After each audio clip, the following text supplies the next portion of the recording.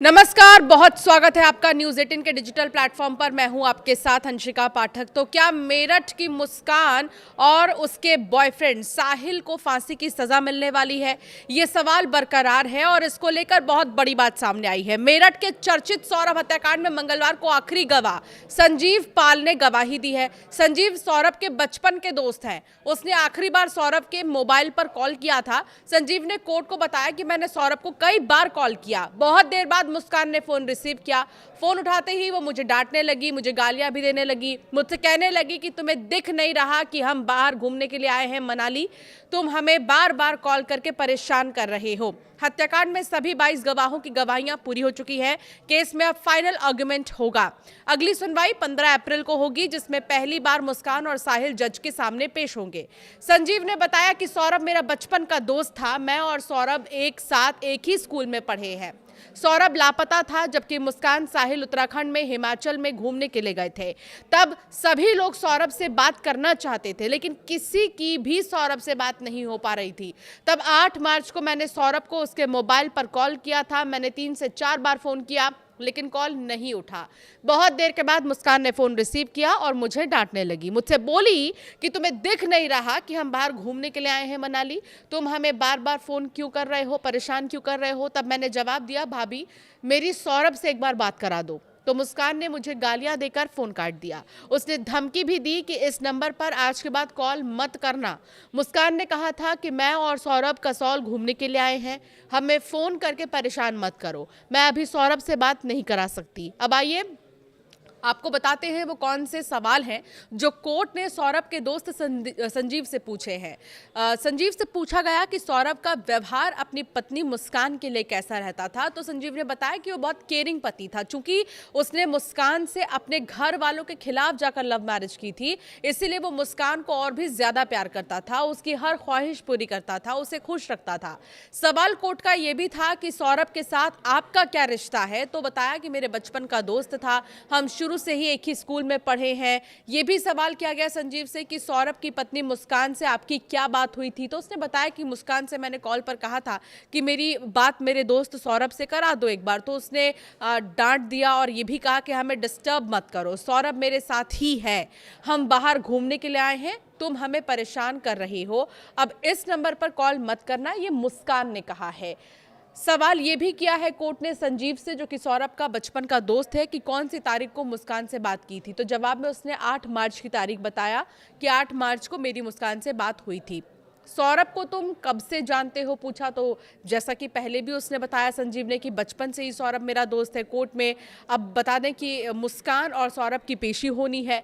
सौरभ की तरफ से केस लड़ रहे सीनियर एडवोकेट विजय बहादुर सिंह ने कहा कि संजीव पाल की गवाही हुई है, वो 10वीं क्लास तक सौरभ के साथ ही पढ़ा था। अब केस के सारे गवाह फाइनल हो चुके हैं, 22 लोगों ने गवाही दी है।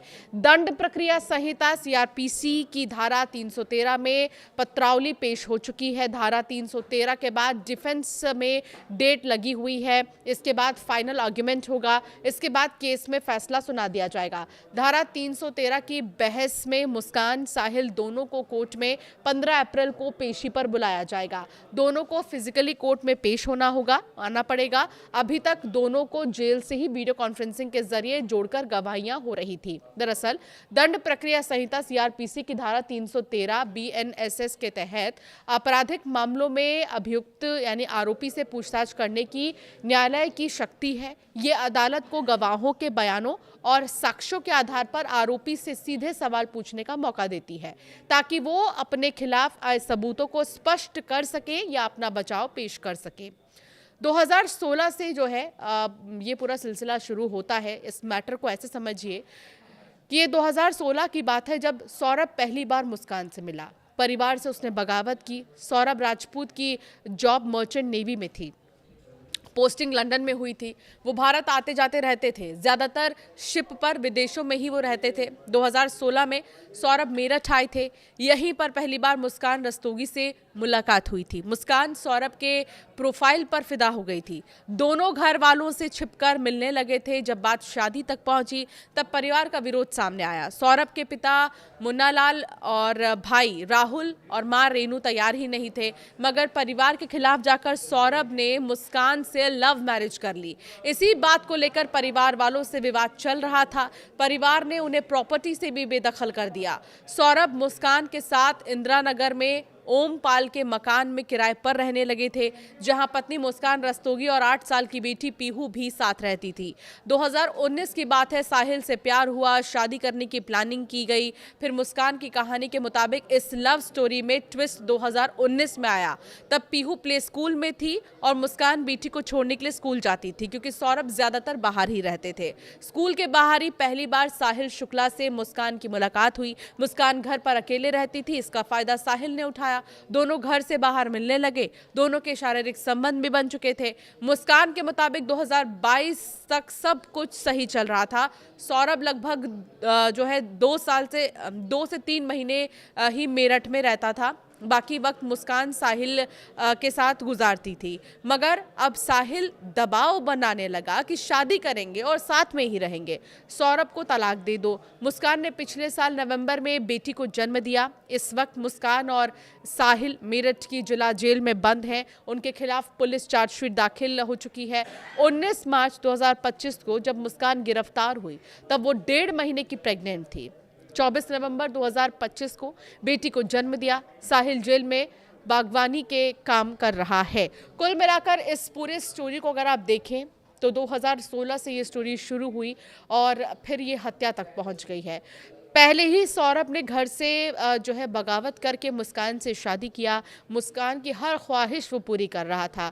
मुस्कान को जो भी खुशी वो देना चाहता था वो देता था। उसे जो खुशी चाहिए होती थी या उसके जो शौक होते थे मुस्कान के, वो साहिल वो माफ़ कीजिएगा जो सौरभ है उसका पति मर्चेंट नेवी में था, वो पूरी करता था। लेकिन अचानक से जब नज़रें मिली साहिल से मुस्कान की, तो फिर साहिल ज़्यादा पसंद आने लगा मुस्कान को। दोनों का मिलना जुलना आना जाना होने लगा और इस बीच दोनों के प्यार के बीच में जो सौरभ है कहीं ना कहीं आ रहा था और इसीलिए प्लानिंग के तहत बाकायदा सौरभ के मर्डर को अंजाम दिया गया।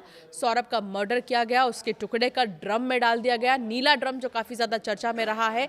लेकिन अभी हाल ही में जो सौरभ का बचपन का दोस्त है संजीव, जिसकी गवाही ली गई है, अब उसकी गवाही के बाद कैसे केस पलटता है या फिर क्या वाकई में इस बार की सुनवाई जो होगी वो साहिल और मुस्कान के लिए क्या मुश्किलों भरी होगी, ये देखने वाली बात होगी। क्योंकि इस बात का जिक्र संजीव ने ज़रूर किया है कि जब उसने फ़ोन किया था तो मुस्कान ने फ़ोन उठाया 8 मार्च को और उसने ये कहा कि हमें डिस्टर्ब मत करो, हम जो है घूमने के लिए आए हैं, हमें बार बार फ़ोन मत करो। यानी मुस्कान ये चाहती थी कि कोई भी फ़ोन ना करे सौरभ को और ये पता ही ना चले कि वो कहाँ है या सौरभ कहाँ है, कोई ढूंढे ही ना सौरभ को, क्योंकि वो तब तक सौरभ को मार चुकी थी। फिलहाल ये देखना होगा जब फाइनल जो हियरिंग होती है उसमें क्या कुछ और बातें सामने आती हैं।